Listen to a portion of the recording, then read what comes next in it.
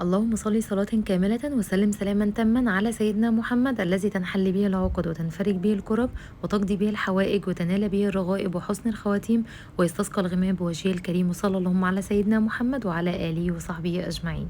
صباح الفل وصباح الهنا وصباح السعادة على قلوبكم. ويلا بينا بقى على أول روتين في الدراسة بعد نزول الولاد المدرسة. أنا النهاردة هديكوا طاقة إيجابية، والنهاردة هحفزكوا جدا جدا جدا على تنظيم يومكم، وهقول لكم على شويه افكار حلوه قوي. انا النهارده جايه اصدر طاقه ايجابيه وبس، فعايزه بقى لايك منكم حلو كده، واستنوا ان شاء الله الفيديوهات اللي جايه باذن الله. وبرده لو في اي نقطه محتاجين ان انا اتكلم معاكم فيها اكتبوا لي تحت في الكومنت، وانا باذن الله الفيديوهات اللي جايه هتكلم معاكم فيها ان شاء الله. شايفه بقى مامس كتير جدا على النت قلقانين قوي من دخول الدراسه وزعلانين ومش مبسوطين بدخول الدراسه. على فكره احلى وقت والله العظيم بجد لو انت استغليتي وقتك صح هتحسي ان فعلا احسن وقت في السنه كلها هو الدراسه، مش الاجازه خالص، صحيا بقى وبدنيا ونفسيا وكل حاجه ليكي ولولادك. بس زي ما قلت لك لو استغليتي وقتك صح ونظمتي وقتك صح في الدراسه. بصوا، انا اول حاجه انا هقول لكم انا بعمل ايه في يومي كامل، تمام؟ عشان كده الحمد لله انا مرتاحه نفسيا جدا بيومي كده، وده اللي بعمله كل يوم على فكره. فانا هقول لكم انا بعمل ايه. انا اول حاجه بقوم طبعا الساعه 5، لان انا عندي ولادي بيبداوا ينزلوا من اول الساعه 6 ونص، فالساعه 5 بالظبط لازم اكون قايمه من النوم. اقوم بقى اصلي، اقعد شويه في البلكونه بره، اعمل لي كوبايه شاي بلبن، اهدى كده الاول في يومي، وبعد كده ابدا بقى اشوف انا هعمل ايه مع الولاد. فلازم تقومي بدري، ما تحاوليش ان انت تقومي متاخر وتجري ورا نفسك، عشان انت كده بتصدري لنفسك طاقه سلبيه، تمام؟ فادي لنفسك كده وقتك. ما تحاوليش ان انت تكوني انت بتجري نفسك وبتجري الولاد وراكي، يلا بسرعه قومي، يلا بسرعه خش التويليت، يلا بسرعه حضري الباك بتاعتك. اولا الباك بتاعتهم لازم تكون متحضره من بالليل، تمام؟ في ناس بتعمل لانش بوكس من بدري، انا طبعا ما برجحش ده خالص، ان الحاجه تفضل محطوطه كده في اللانش بوكس. طبعا حتى لو هو صحي ما تعمليش كده خالص. انت ادي لنفسك وقت الصبح تقومي وتحضري اللانش بوكس وتحضري حاجات كده صحيه كده في الاول. وبالنسبه بقى لللانش بوكس ده ليه حوار تاني معانا باذن الله في الفيديوهات اللي جايه، عشان بجد احنا طلعنا بناكل ولادنا اصلا حاجات مش صحيه خالص، نقلل تركيزهم وبنعمل حاجات اصلا قسما بالله احنا بنرجع نقول العيال مش بتفهم ليه بسرعه، والعيال تركيزهم بيقل ليه، ما هم الاكلات والحاجات اللي احنا بنديها لهم في اللانش بوكس دي. فان شاء الله باذن الله ده ليه فيديوهات تانية باذن الله هقول لكم بقى عليها. المهم زي ما قلت لكم انا اول ما بقوم كده بحضر اللانش بوكس بتاعهم، وبعد كده بصحي الاول بنتي ادخلها التويليت. بعد ما بتخلص بلبسها وبسرح لها وكل حاجه، وبيبقى في مثلا لو عندنا مثلا ديكتيشن مثلا في الانجليش او كده بقعد الاول اذاكره لها، بنراجع يعني، تمام؟ اسمع لها وكده، وبعد كده بتنزل. وبعد كده بقى بصحي اخوها برده بيكون اللانش بوكس بتاعه جاهز ومحطوط برده في الباك والبوتل وكل حاجه. وبعد كده برده بصحيه ادخله التويليت وافطره وبينزل هو كمان. اول بقى ما بينزلوا ده بقى بيبدا يومي معاكي بقى لحد الساعه 2. انا بالنسبه لي ابني بيرجع الساعه 2، فبالنسبه لي لحد الساعه 2 ده بقى كل وقتي المفروض بقى ان انا اعمل فيه كل حاجه، تمام؟ المهم ان ولادك يرجعوا من المدرسه تكوني انت قاعده متفرغه لهم، مفيش اي حاجه وراكي. انا عن نفسي طبعا عشان عندي تصوير وعندي فيديوهات وكده، فاول حاجه بعملها بكون محضره من بالليل انا هصور ايه او هعمل ايه او الكلام ده. وقبل ما ببدا اصلا تصوير او ترويق او اي حاجه، عايزه اقول لكم ان انا بقعد الاول افطر، اسمع حاجه في التلفزيون مثلا لو عايزه اسمع مسلسل او فيلم او اي حاجه، اللي هو برده ما بقاش داخله كده على طول ايه عماله بروق برده ومصدره لنفسي طاقه برده مش حلوه. فبحاول كده ان انا برضو اخد حاجه كل حاجه كده بالراحه، عشان برضو يومي ما يبقاش مضغوط او كده، تمام؟ طبعا انا فيديوهاتي بتشجعني برضو على الترويق وكده، فده برضو من ضمن الحاجات اللي انا بعملها، ان انا اروق كل شقتي. طبعا شقتي كلها تكون نظيفه يوميا، تمام؟ الولاد يكونوا راجعين زي ما قلت لكم تكون كل حاجه تمام، التويليت نظيف، الشقه كلها نظيفه. الغدا طبعا بطلع الاكل بتاعي لو في حاجه محتاجه ان هي تفك بطلعها من بدري، عشان برضو اكون عملت الغدا لما الولاد يجوا، او لو مثلا الولاد جم فالحاجه مثلا لسه بتستوي، ماشي تمام، هم اوريدي مثلا بيبقوا لسه راجعين واكلين او كده، او اكلوا اخر حاجه يعني معاهم في اللانش بوكس يعني او كده. وبعد كده ساعه ولا نص ساعه ولا حاجه يكون الغدا جاهز، غدي ولادك في بقى دروس يحضروا الدروس بتاعتهم او كده. بس في حاجه انا هقول لكم عليها انا كنت بعملها غلط قوي السنه اللي فاتت. اول ما بنتي ما كانت بترجع من المدرسه كنت على طول اخدها، يلا تعالي وريني انت خدت ايه، يلا اقعدي اعملي الهوم ورك، وهي اصلا اوريدي بتبقى لسه راجعه تعبانه. يعني عارفين انتوا الموظفه اللي بتبقى طول النهار دوشه وصداع وتبقى مش طايقه نفسها، وبتبقى اول ما تروح بيتها بتبقى عايزه ترتاح كده. عارفين انتوا هو اليوم الاجازه بتاعها لما بتبقى مستنيه اليوم الاجازه في الويك اند ده عشان تريح، هما بالظبط ولادنا بتبقوا كده. فبلاش الضغط اللي بيبقى عليهم من اول ما بيرجعوا من المدرسه. اول ما يرجعوا من المدرسه خدي ابنك كده او بنتك في حضنك، عامله ايه، وحشتيني، هاتي بوسه، انت عملتي ايه النهارده، طمنيني عليكي، في حد زعلك، انت كنت مبسوطه النهارده، اللي هو بالراحه كده على الولاد. مش لازم اول ما يجوا على طول دراسه، لان هم اوريدي اصلا بيبقوا جايين خالصانين. تمام، اعتبريها بالظبط زي الموظفه او زي الموظف. شوفوا مثلا باباكم لما بيخش من باب الشقه بيبقى عامل ازاي، بيبقى جاي عايز يفصل من كل حاجه، مش عايز اطفال جنبه، مش عايز اي صوت، عايز يهدى كده، عايز يخش ينام ينام ويرتاح. كذلك برضو الطفل. فبالراحه كده على اولادكم، لان التصرف ده انا كنت بعمله مع بنتي السنه اللي فاتت، السنه دي ما عدتش بعمل معاها كده خالص. وبرضو تصرف تاني كنت بعمله برضو مش صح معاها، كنت طبعا بعد ما بتعمل الهوم ورك وتتغدى مثلا تدخل تنام. تمام، نقوم مثلا على الساعه 7 بقى نبدا نذاكر، وده طبعا غلط جدا، لان هي اصلا ما بتلحقش تنام تاني بالليل، فبتقوم متاخر، فبتبقى قايمه طبعا مش مركزه طول اليوم، برضو بتبقى مش مركزه. فما تناموش ولادكم خالص اخر النهار. تمام، انتوا ذاكروا وخلصوا الهوم ورك بتاعكم وكل حاجه، ويناموا مره واحده الساعه 7 8 بالكتير يكونوا نايمين. لان انا سمعت دكتور اصلا بيقولك المفروض الطفل تقريبا ينام اكتر من 10 ساعات او 10 ساعات تقريبا. ف يعني حاولوا بالذات تنظيم الوقت ده، ونومكم ونوم ولادكم ده يكون اهم حاجه واهم من الدراسه زي ما قلت لكم. تمام، فدلوقتي زي ما بقول لكم كده انا ما بقتش خالص انيمها برضو اخر النهار. بسيبها كده الاول بعد ما بترجع من المدرسه، لو هتقعد شويه هي واخوها يلعبوا او يتفرجوا على مثلا كرتون في التلفزيون او كده، وبعد كده بقى اغديهم ونقعد بقى نذاكر بقى، نشوف بقى الهوم ورك اللي ورانا ونذاكر. وبعد كده على الساعه 7 8 كده خلاص بيبقوا المفروض ان هم نايمين. فاللي انا عايزه اقوله لك، لو انت ولادك دخلوا البيت سيبي اي حاجه من ايدك، حرفيا ما تعمليش اي حاجه غير انك انت تكوني متفرغه لولادك وبس. اكل، شرب، اهتمام، تشوفي لبسهم وتعلقيه، لو في حاجه محتاجه تتغسل. يعني انا بنتي جت من يومين كانت شاربه الشوكليت بتاعها اللي هو العصير الشوكولاته ده، وكانت موقعه على هدومها، فدخلت بتقول لي انا وقعته، وكانت خايفه. قلت لها حبيبتي عادي ولا يهمك، وقمت واخده التيشيرت بتاعها على طول غسلته عشان يلحق تاني يوم ان هو ينشف. عايزه اقول لكم ان انا اليوم ده خلصت بالظبط لحد الريسبشن، وبعد كده وقفت لحد كده، ما عرفتش بقى ان انا اكمل لان خلاص كان الولاد كانوا وصلوا.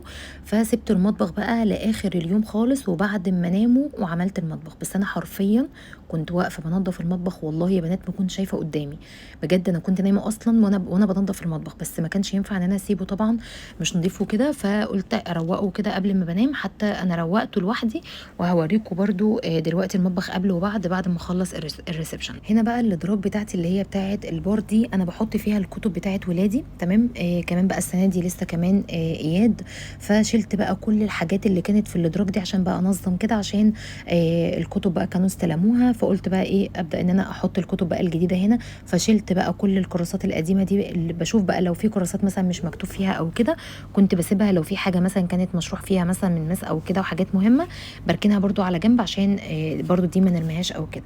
ففي حاجات كانت من السنه اللي فاتت سكتش وحاجات من دي ما كانتش لسه اصلا استخدمت، فركنتها عشان برضو نحطها في السبلايز. واستنوا طبعا الفيديو بتاع السبلايز على الفيسبوك باذن الله، بجد هتشوفوا فيديو ما حصلش عن فيديو السبلايز ده. المهم ان شاء الله احاول انزله لكم هنا. برضو بحب بقى احط هنا الكتب عشان احنا بنعمل طبعا الباب بتاعتنا بره اصلا، وبرضو ساعات الولاد بيقعدوا يكتبوا الهوم ورك بتاعهم بره على السفره، فبالنسبه لي هنا ايه بتبقى الدنيا قريبه اكتر يعني. تمام، فشلت بقى الحاجات اللي انا ممكن اقدر ان انا استخدمها، وانا برضو ساعات بحتاج برضو لشغلي كراريس وكده، فاخدت برضو منهم حاجات. بس الحاجات بقى اللي خلاص مش هتتذاكر او الحاجات بتاعت السنه اللي فاتت دي كلها رميتها. تمام، وطلعتها بره كده قدام باب الشقه عشان تبقى الدنيا بالنسبه لي نظيفه. بصراحه كان بقالي فتره عايزه اروق الدرج ده، وكل يوم هقول اروقه لان بيبقى مسحوم بطريقه غير طبيعيه، وفي حاجات اصلا المفروض ان هي خلاص يعني كراسي اتملت وكده. بس جه بقى اليوم اللي انا ايه اروق فيه الدرجين دول، عشان زي ما قلت لكم كانوا استلموا الكتب، وقلت بقى احط فيها يعني الكتب وكده. ولقيت بقى استيكرات وكده اللي هي بتاعه الكراريس، فشلتها برضو. دي برضو من السنه اللي فاتت شلتها، قلت برضو عشان لما نعمل السبلايز بتاعهم وكده ابقى احط لهم ايه عليها. انا عاوزه اقول لك ان انت في فتره الدراسه دي ممكن تروقي وتنكتي وتعملي كل حاجات في الشقه انت اصلا طول السنه ممكن تكوني ما بتعملهاش. يعني ممكن تمسكي البورده في يوم تمسحيه وتغسليه كده من جوه وتخليه زي الفل وتروقيه وتعملي فيه كل حاجه انت اصلا في اليوم العادي بتاعك اللي هو مش في يوم الدراسه يعني ممكن ما تعمليش ده. بس زي ما قلت لك لو انت ظبطتي نومك وظبطتي يومك كده كويس، هتلاقي نفسك بصي شقتك دي زي الفل، وهتلاقي نفسك اليوم بيعدي بسلاسه وبحياه طبيعيه وانت مش مضغوطه خالص في اليوم ده، بس ده كله زي ما قلت لك مرتبط بيكي انت. تمام. فانا بالنسبه لي بصراحه فتره الدراسه بتبقى احسن فتره، يعني احسن كمان من الاجازه. الاجازه بيبقوا الاولاد قاعدين، ومش عايزه اقول لكم بيصحوا ساعات من بدري، وساعات نومهم اصلا كمان بيبقى مش متظبط، وانا عندي باباهم مش بيحب كده خالص. تمام. يعني احنا ممكن نكون اصلا دخلناهم كمان مدارس خاصه، مش عشان والله حاجه، احنا دخلناهم مدارس خاصه عشان باباهم ما كانش عاجبه ان ممكن تكون مثلا مدارس الحكومي او كده او التجريبي ممكن يكون مثلا ايه عادي الغياب فيها. مع ان دلوقتي بقوا شادين طبعا برضو على موضوع الغياب، بس لا باباهم كان ملتزم قوي بحته ان هم ما يغيبوش، لا يروحوا المدارس دي عشان ما يغيبوش، مش تعليم والله على قد ما هو ان الطفل يتعود ان هو لازم ينزل ويتعود على الحضور والدراسه والاطفال ويبقى عنده كده اكتيفيتيز كده مع اصحابه والحاجات دي كلها. دي اول حاجه بصراحه احنا دورنا عليه. ففتره الدراسه بالنسبه لنا لا حلوه جدا على فكره، صحيه جدا للولاد وليكي انت كمان، انت بتنظمي نومك. يعني احنا في الاجازه حرفيا كنا بنفضل صاحيين طول الليل وطول النهار نايمين. ما فيش اكل بيتعمل صحي، لو بناكل بالليل. ما بنلحقش اصلا نخرج، ولو خرجنا بننزل مثلا ساعه او ساعتين. لا كان ايه ده، لا بجد بجد، لا فتره الدراسه حلوه جدا جدا يا بنات والله العظيم. ان شاء الله الفيديو اللي جاي ممكن اتكلم بقى معاكم عن تنظيم الوقت للموظفين، عشان عارفه برضو ان في بيبقى جزء برضو الموظفين بيبقى برضو صعب بالنسبه لهم. احنا بنعمل حاجات في اليوم بتاعنا اللي هو بتاع الصبح ده اللي هو اولادنا اصلا مش موجودين فيه، فبالنسبه لنا ماشي ده تمام، لكن الموظفين بقى بيبقوا راجعين بالظبط على ميعاد وصول ولادهم. فانا عارفه ان ده كله مش هتلحقي تعمليه، بس ان شاء الله لينا فيديو بقى تاني مع بعض عن بقى ايه تنظيم الموظفين وكده برضو لاولادهم ووقتهم والكلام ده كله. واهم حاجه اهم حاجه في يومك كله بعد بقى ما تخلصي ده كله ترويق والولاد يناموا ومذاكره وحاجات دي كلها، انت بقى اقعدي كده مع نفسك كده واعملي لك بقى حاجه تشربيها. حابه تاكلي حاجه مثلا معينه عايزه تجيبيها من بره هاتيها، حابه تقومي تعملي لك اي اكله انت بتحبيها كده على السريع، واقعدي بقى قدام اي مسلسل كده بتحبي تسمعيه زي كده. زي مثلا مسلسل اللي انا عايش في جلباب ابي اللي انا سمعته يجي 200 مره ده. مثلا مسلسل الوتد برضو اللي انا بدات اسمعه كتير قوي الفتره اللي فاتت. المهم ان انت تفصلي دماغك خالص عن اليوم بتاعك كله، لان زي ما قلت لك انت العامل الاساسي في البيت. فلو انت نفسيتك مش حلوه او الطاقه بتاعتك سلبيه، انت صدقيني هتصدري برضو لاولادك ولجوزك وللبيت كله طاقه سلبيه، فالبيت كله هيتاثر معاكي. فحاولي تفصلي عشان تقدري تكملي لليوم اللي بعده. ده يا بنات اللي انا بعمله في كل يومي، يعني انا يوميا بعمل كده طبعا بقى بخلاف ساعات ايام مثلا. يعني انا تاني يوم كان عندي غدا وشقتي كلها كانت نظيفه، فنزلت بقى جبت شويه حاجات من تحت وخلاص على كده. يعني انت مش كل يوم هتروقي نفس الترويقه وكل يوم هتعملي نفس الموضوع ده، لا انت ممكن النهارده مثلا تمسكي مثلا الدولاب. يعني انا عندي الدولاب كله عايز يتروق، همسكه في يوم يكون الشقه كلها عندي نظيفه واقلب الدولاب كله واروقه. مش لازم اخد كمان دولاب الاطفال النهارده معايا، بكره مثلا اروق دولاب الاطفال. وبرده مش لازم ان انت كل يوم تقفي وتطبخي وتعملي اكل على فكره. يعني انا عن نفسي انا ساعات بعمل اصلا الاكل على يومين. يعني مثلا المكرونه ما شاء الله عملت مثلا قالب بايركس كبير كفاني لتاني يوم، مش لازم ان انا تاني يوم برده اقف في المطبخ، فاهميني؟ فحاولوا على قد ما تقدروا كده تخلي حياتكم سهله عشان انت كمان ما تتعبيش وبرده صحتك ما تروحش. تمام. النهارده زي ما قلت لك انت روقتي الشقه كده من على الوش، بكره مثلا خدي دولاب، مثلا بكره خدي النيش، مثلا خدي النهارده البار. خدي كده كل يوم كده حاجه، هتلاقي نفسك شقتك على طول نظيفه. مثلا اطلعي اعملي البلكونه، يعني مثلا البلكونه عندي كلها محتاجه اللي هي تتروق وكده وتتنضف. مره تانية ان شاء الله هعملها معاكم برده في فيديو وهروقها كلها واحده واحده كده. هتلاقي شقتك كلها نضفت وشقتك ما فيهاش اي حاجه. تمام. بس سهلوا الدنيا على نفسكم ونظمي وقتك زي ما قلت لك، وما تفضليش تجري ورا نفسك. يعني اللي انت قادره تعمليه النهارده اعمليه وبكره كملي. تمام. ده اللي انا بعمله بصراحه. انا ما بحبش انا اجري ورا نفسي والنهارده لازم اخلص الشقه كلها ولازم اعمل مش عارفه ايه. لا انا قلت لكم ولادي وصلوا كان المطبخ لسه ما اتعملش، بس سبته خالص بعد ما ناموا وقمت عامله المطبخ. بصوا انا كده خلاص خلصت كل حاجه، الاوض بالليفنج بالريسبشن، وخليت الدنيا زي الفل، وروقت كمان الادراج عشان الكتب بتاعه الولاد، وحطيت برده بخور بره. وبصوا والدنيا بقت زي الفل. تعالوا بقى اوريكم كمان البلكونه دي، كنت بقول لكم هنا البلكونه ان شاء الله محتاجه ان هي تتعمل، هعملها معاكم باذن الله. دخلت بقى على المطبخ وتعالوا بقى اوريكم منظر المطبخ. بصوا المطبخ كان عامل ازاي، مش عايزه اقول لكم بجد كان مليان مواعين، وكان عندي جوافه محتاجه ان هي تتعمل، عملت شويه وكان باقي شويه. البوتاجاز عندي كان نظيف، روقته في الاخر خالص. بصوا بقى عامل ازاي، خليته زي الفل. فسهّلوا الدنيا كده على نفسكم، الموضوع أبسط مما يكون، بس زي ما قُلت لكم نظّموا وقتكم.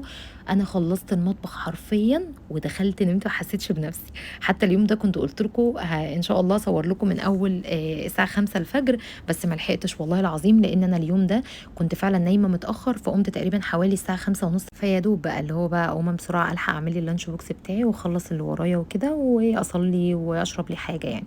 أشوفكم إن شاء الله على خير، وده كان الفيديو بتاعي النهارده، وأشوفكم إن شاء الله في الفيديو اللي جاي. باي باي.